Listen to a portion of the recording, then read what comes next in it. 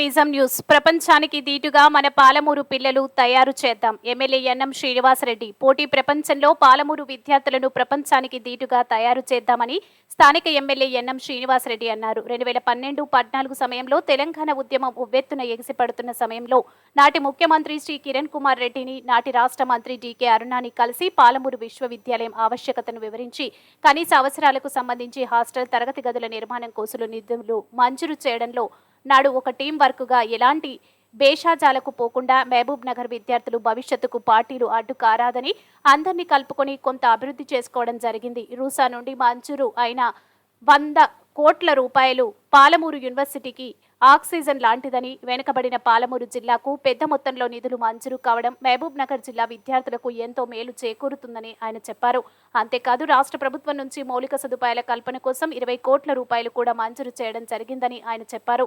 దీంతో పాలమూరు విశ్వవిద్యాలయానికి మంచి రోజులు కాబోతున్నాయి అని ఆయన చెప్పారు. తెలంగాణ రాష్ట్రంలో ఇప్పుడు కాంగ్రెస్ ప్రభుత్వం ఏర్పాటయ్యాక ప్రధానంగా విద్యపైన అధికంగా శ్రద్ధ పెడుతుందని ఆయన చెప్పారు. అందులో భాగంగా రాష్ట్ర ముఖ్యమంత్రి శ్రీ రేవంత్ రెడ్డితో చర్చించి ఈ విశ్వవిద్యాలయానికి 50 నుంచి 100 కోట్ల నిధులు మంజూరు చేయించేందుకు కృషి చేస్తానని, పాలమూరు యూనివర్సిటీలో పీజీలు రాబోయే రోజుల్లో అవసరమైన సైన్స్, కంప్యూటర్, ఎలక్ట్రికల్, ఎలక్ట్రానికల్ లాంటి ఎన్నో కొత్త ఫీచర్లతో పీజీ సబ్జెక్టులను అందుబాటులోకి తెచ్చేందుకు కృషి చేస్తానని రాష్ట్ర విద్యాశాఖ ప్రిన్సిపల్ సెక్రటరీ, కేంద్ర ప్రభుత్వంలో ఉన్న పెద్ద నాయకులను మరియు విద్యాశాఖ మంత్రిని కలిసి అధిక మొత్తంలో నిధులు మంజూరు చేసేందుకు ప్రయత్నాలు చేస్తామని ఆయన చెప్పారు. మన పాలమూరు యూనివర్సిటీ నుంచి గొప్ప గొప్ప ఆవిష్కర్తలను ప్రపంచానికి పరిచయం చేయాలని ఆయన ఆశాభావం వ్యక్తం చేశారు. పాలమూరు యూనివర్సిటీ నుంచి స్కాలర్స్ తయారు కావాలని ఆయన సూచించారు. వినాభావ సంబంధం.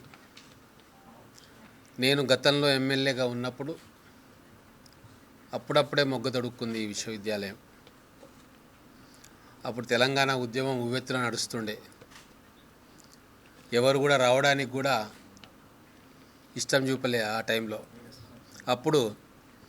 అప్పుడున్న ముఖ్యమంత్రి కిరణ్ కుమార్ రెడ్డి గారిని ఒప్పించి, అప్పుడున్న మంత్రి గారు డీకే అరుణ గారిని ఒప్పించి ఈ యూనివర్సిటీ క్యాంపస్లోనే ముఖ్యమంత్రి గారిని ఆహ్వానించి మీటింగ్ పెట్టియడము, అక్కడ ముఖ్యమంత్రి గారితో నిధులు మంజూరు చేయించడము. ఆ రోజు ఆ మంజూరు చేయించిన నిధులతోటి మొదటి మెట్టు ఈ పాలమూరు విశ్వవిద్యాలయం ఎక్కింది. నాకు గుర్తుంది, అడ్మినిస్ట్రేటివ్ బిల్డింగ్స్ కోసం, హాస్టల్ బిల్డింగ్ కోసం, కొన్ని మినిమం బేసిక్ ఫెసిలిటీస్ కోసం ఆ రోజు 18.7 crores ఆ రోజు ముఖ్యమంత్రి గారిని తీసుకొచ్చి రిలీజ్ చేసుకున్నాం. అంటే ఒక టీం వర్క్గా. ఆ రోజు అప్పుడు కాంగ్రెస్ ప్రభుత్వం ఉండింది, నేను బీజేపీ ఎమ్మెల్యేగా ఉన్నా.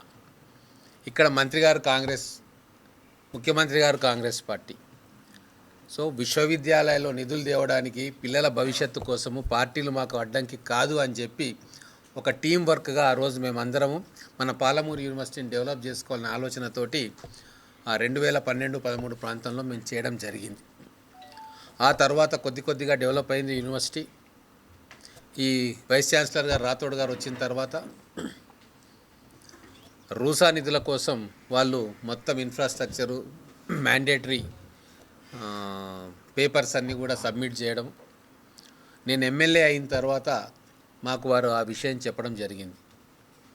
ఇమ్మీడియట్గా మా గౌరవ ముఖ్యమంత్రి గారి దృష్టికి, education principal secretary Burra Venkatesham గారి దృష్టికి కూడా తీసుకొచ్చి దీన్ని త్వరితగతిన ఢిల్లీకి పంపి ప్రాసెస్ చేయించాలి అని చెప్పి కోరుకొని ఇక్కడ వైస్ ఛాన్సలర్ గారి సహకారంతో యూజీసీ ప్రతినిధులను కలవడము, అలాగే భారతీయ జనతా పార్టీ కేంద్రంలో ఉన్న ముఖ్య నాయకులను ఢిల్లీకి వెళ్ళి కలిసి ధర్మేంద్ర ప్రధాన్ గారికి, వారికి కూడా ఇంటిమేషన్ ఇవ్వడం, తర్వాత తెలంగాణకు సంబంధించిన విద్యావేత్తలు, కేంద్ర ప్రభుత్వంలో ఉన్న విద్యావేత్తలను కూడా కలిసి పాలమూరుకు అత్యంత అవసరం, ఇది వెనుకబడిన జిల్లా, రూసా నిధుల్లో మాది మొదటి స్థానంలో పెట్టండి అని చెప్పి రిక్వెస్ట్ చేయడం జరిగింది. ఇప్పుడు కేంద్ర ప్రభుత్వంలో ఉన్న కేంద్ర మంత్రి గారు కూడా దీని మీద కృషి చేసిండ్రు. ఇక్కడ ఉన్న డీకే అరుణ గారు కూడా వారి వంతు ప్రయత్నం వారు చేసిండ్రు. అంటే విధి విచిత్రం, ఆ రోజు నేను భారతీయ జనతా పార్టీలో ఉన్న, డీకే అరుణ గారు ముఖ్యమంత్రి కాంగ్రెస్ పార్టీలో ఉన్నారు. మళ్ళీ విధి లిఖితమేమో ఈరోజు నేను కాంగ్రెస్ పార్టీలో ఉన్నా, ముఖ్యమంత్రి గారు కాంగ్రెస్ పార్టీలో ఉంటే డికేఆర్ గారు భారతీయ జనతా పార్టీలో, కేంద్ర మంత్రి గారు భారతీయ జనతా పార్టీలో ఉన్నారు.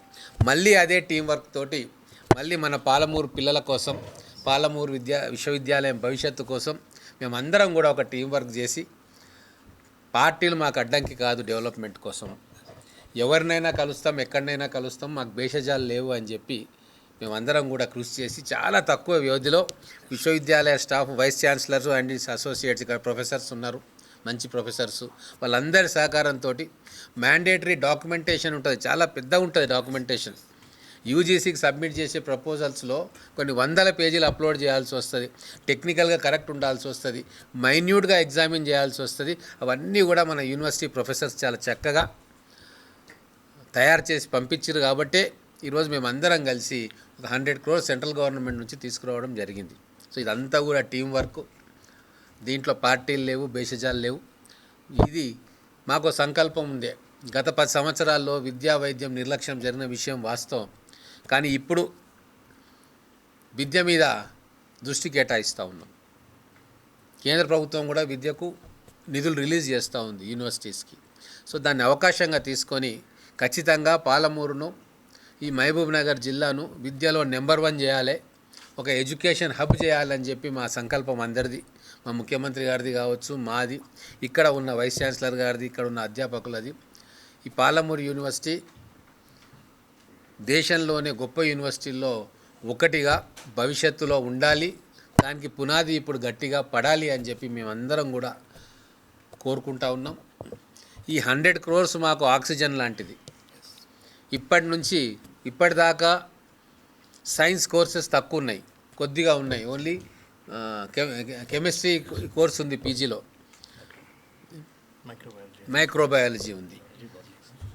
కానీ ఇప్పుడు ఇంకా అడ్వాన్స్ సైన్స్ కోర్సెస్, ఇంజనీరింగ్ సంబంధించింది కానీ, ఐటీ సంబంధించింది కానీ, కంప్యూటర్ సంబంధించింది కానీ, లేదా ఎలక్ట్రానిక్స్ సంబంధించింది కానీ ఖచ్చితంగా ఇక్కడ పీజీ కోర్సెస్ ఉండాలి. ఎందుకంటే ఒక యూనివర్సిటీ పెరగాలి, ర్యాంకింగ్ రావాలి దేశవ్యాప్తంగా అంటే అన్ని కోర్సెస్, వెరైటీ ఆఫ్ కోర్సెస్ని మనం ఆఫర్ చేయగలగాలి. సో ఆ హర్డిల్ని మనం దాటుకుంటూ రాబోయే రోజుల్లో మన పాలమూరు జిల్లాలో పిల్లలకి ఎటువంటి కోర్స్ అయినా సరే మన యూనివర్సిటీలో అవైలబుల్గా ఉండేటట్టు వాళ్ళు హైదరాబాద్ పోవాల్సిన పని లేకుండా ఇక్కడనే వాళ్లకు విద్యాపరంగా అన్ని సౌకర్యాలు ఏర్పాటు చేసే విధంగా మల్టీ డైమెన్షనల్ కోర్సెస్, రేపు రాబోయే రోజుల్లో ఆర్టిఫిషియల్ ఇంటెలిజెన్స్ వస్తుంది, ఎంబెడెడ్ టెక్నాలజీస్ వస్తాయి. రేపు ప్రపంచానికి ధీటుగా మన పిల్లలను తయారు చేసే ఎన్నో కోర్సెస్ ఆవిష్కరణ కాబోతూ ఉన్నాయి. వాటన్నిటికీ కూడా పాలమూరు విశ్వవిద్యాలయం కేంద్రం కావాలా. ఇక్కడ ఇంకా రీసెర్చ్ స్కాలర్స్ రావాలా, ప్రొఫెసర్స్ రావాలా, బిల్డింగ్స్ రావాలా. మనకున్న 175 ఎకరాలు ఏదైతే ఉందో సంపూర్ణంగా వినియోగంలోకి తీసుకొచ్చి వేల మంది విద్యార్థులను ఇక్కడ తర్ఫీదు ఇచ్చి బయటి ప్రపంచానికి పరిచయం చేయాలన్న ఉద్దేశంతో మేమందరం కూడా కృతనిశ్చయంతో ఉన్నాం. అలాగే ఒక ఇంజనీరింగ్ కాలేజ్ గవర్నమెంట్ తరఫున కూడా కావాలని ప్రపోజల్స్ పెడతా ఉన్నాం. అయితే అది మనకిస్తారా లేదా పాలిటెక్నిక్ కాలేజ్ ఉంది ఆల్రెడీ మహబూబ్నగర్ పట్టణంలో, దానికి ఇస్తారా చూడాలా. ఏదేమైనా ఇదొక మైల్ స్టోన్. మనకు సెంట్రల్ గవర్నమెంట్ నుంచి రూసా నిధుల ద్వారా 100 crores రావడం, అలాగే రాష్ట్ర ప్రభుత్వం కూడా తమ బడ్జెట్లో ఉన్నత విద్య కోసం 500 crores పెట్టింది.